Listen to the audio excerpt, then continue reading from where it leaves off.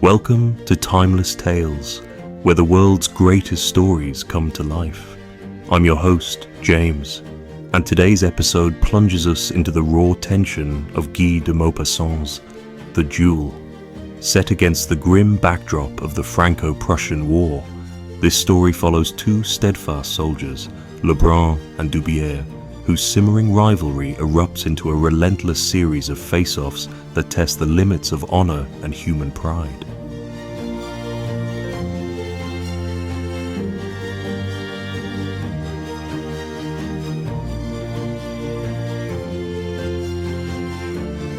The war was over.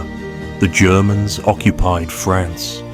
The whole country was pulsating like a conquered wrestler beneath the knee of his victorious opponent. The first trains from Paris, distracted, starving, despairing Paris, were making their way to the new frontiers, slowly passing through the country districts and the villages.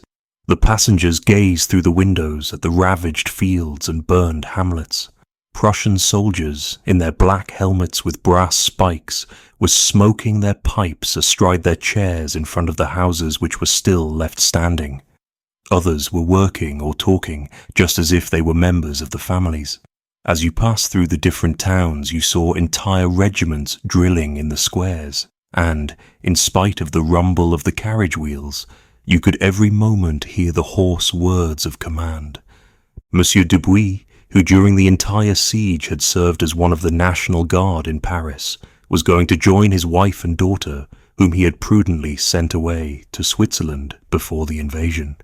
Famine and hardship had not diminished his big paunch, so characteristic of the rich, peace-loving merchant. He had gone through the terrible events of the past year with sorrowful resignation and bitter complaints at the savagery of men. Now that he was journeying to the frontier at the close of the war, he saw the Prussians for the first time, although he had done his duty on the ramparts and mounted guard on many a cold night. He stared with mingled fear and anger at those bearded armed men, installed all over French soil as if they were at home, and he felt in his soul a kind of fever of impotent patriotism, at the same time also the great need of that new instinct of prudence which, since then, has never left us. In the same railway carriage were two Englishmen who had come to the country as sightseers and were gazing about them with looks of quiet curiosity. They were both also stout and kept chatting in their own language, sometimes referring to their guidebook and reading aloud the names of the places indicated. Suddenly the train stopped at a little village station, and a Prussian officer jumped up with a great clatter of his sabre on the double footboard of the railway carriage. He was tall, wore a tight-fitting uniform, and had whiskers up to his eyes. His red hair seemed to be on fire, and his long moustache of a paler hue stuck out on both sides of his face, which it seemed to cut in two. The Englishman at once began staring at him with smiles of newly awakened interest, while Monsieur Dubuis made a show of reading a newspaper. He sat concealed in his corner like a thief in presence of a gendarme. The train started again. The Englishman went on chatting and looking out for the exact scene of different battles, and all of a sudden, as one of them stretched out his arm toward the horizon as he pointed out a village, the Prussian officer remarked in French, extending his long legs and lolling backward, "I killed 12 Frenchmen in that village and took more than 100 prisoners." The Englishman, quite interested, immediately asked, "Ha! And what is the name of this village?" The Prussian replied, "Farsburg." He added, "We caught those French scoundrels by the ears." And he glanced toward Monsieur Dubuis, laughing conceitedly into his moustache. The train rolled on, still passing through hamlets occupied by the victorious army. German soldiers could be seen along the roads, on the edges of fields, standing in front of gates or chatting outside cafes. They covered the soil like African locusts. The officer said, with a wave of his hand, "If I had been in command, I'd have taken Paris, burned everything, killed everybody. No more France." The Englishman, through politeness, replied simply, "Ah, yes." He went on, "In 20 years all Europe, all of it will belong to us.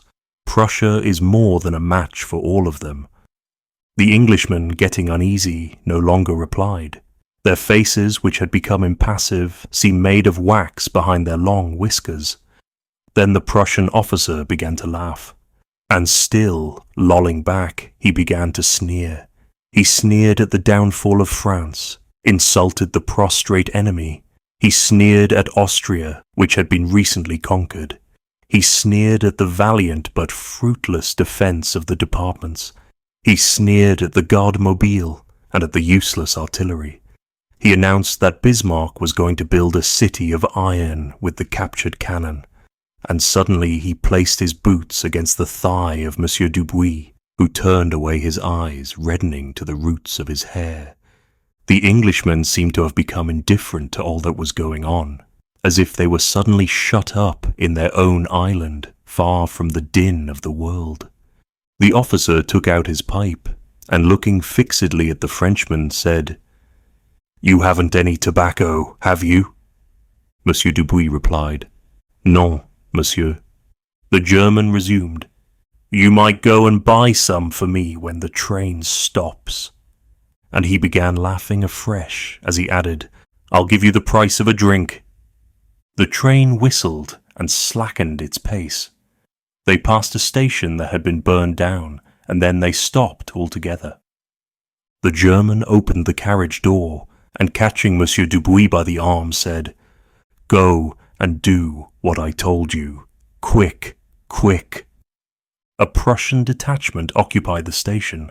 Other soldiers were standing behind wooden gratings looking on. The engine was getting up steam before starting off again. Then Monsieur Dubuis hurriedly jumped on the platform, and in spite of the warnings of the station master, dashed into the adjoining compartment. He was alone. He tore open his waistcoat. His heart was beating so rapidly, and gasping for breath, he wiped the perspiration from his forehead. The train drew up at another station, and suddenly the officer appeared at the carriage door and jumped in, followed close behind by the two Englishmen who were impelled by curiosity. The German sat facing the Frenchman and, laughing still, said, "You did not want to do what I asked you?" Monsieur Dubuis replied, "Non, monsieur." The train had just left the station. The officer said, "I'll cut off your moustache to fill my pipe with." And he put out his hand toward the Frenchman's face. The Englishmen stared at them, retaining their previous impassive manner. The German had already pulled out a few hairs, and was still tugging at the moustache, when Monsieur Dubuis, with a back stroke of his hand, flung aside the officer's arm and, seizing him by the collar, threw him down on the seat. Then, excited to a pitch of fury, his temples swollen and his eyes glaring, he kept throttling the officer with one hand, while with the other clenched, he began to strike him violent blows in the face. The Prussian struggled, tried to draw his sword to clinch with his adversary, who was on top of him, but Monsieur Dubuis crushed him with his enormous weight and kept punching him without taking breath or knowing where his blows fell. Blood flowed down the face of the German, who, choking and with a rattling in his throat, spat out his broken teeth and vainly strove to shake off this infuriated man who was killing him. The Englishmen had got on their feet and came closer in order to see better. They remained standing, full of mirth and curiosity, ready to bet for or against either combatant. Suddenly, Monsieur Dubuis, exhausted by his violent efforts, rose and resumed his seat without uttering a word. The Prussian did not attack him, for the savage assault had terrified and astonished the officer as well as causing him suffering. When he was able to breathe freely, he said, "Unless you give me satisfaction with pistols, I will kill you." Monsieur Dubuis replied, "Whenever you like, I'm quite ready." The German said, "Here is the town of Strasbourg. I'll get 2 officers to be my seconds, and there will be time before the train leaves the station." Monsieur Dubuis, who was puffing as hard as the engine, said to the Englishman, "Will you be my seconds?" They both answered together, "Oh, yes." And the train stopped. In a minute, the Prussian had found 2 comrades who brought pistols, and they made their way toward the ramparts. The Englishmen were continually looking at their watches, shuffling their feet and hurrying on with the preparations, uneasy lest they should be too late for the train.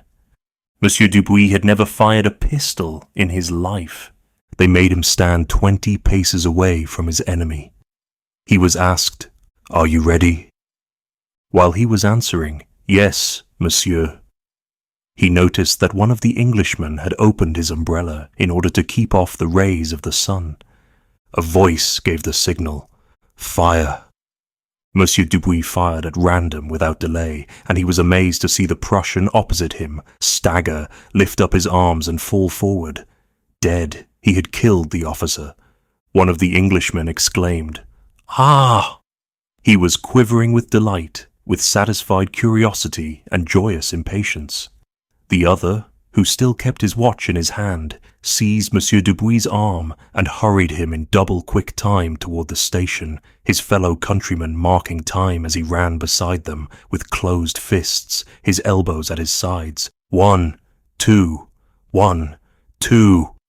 And all 3, running abreast rapidly, made their way to the station like 3 grotesque figures in a comic newspaper.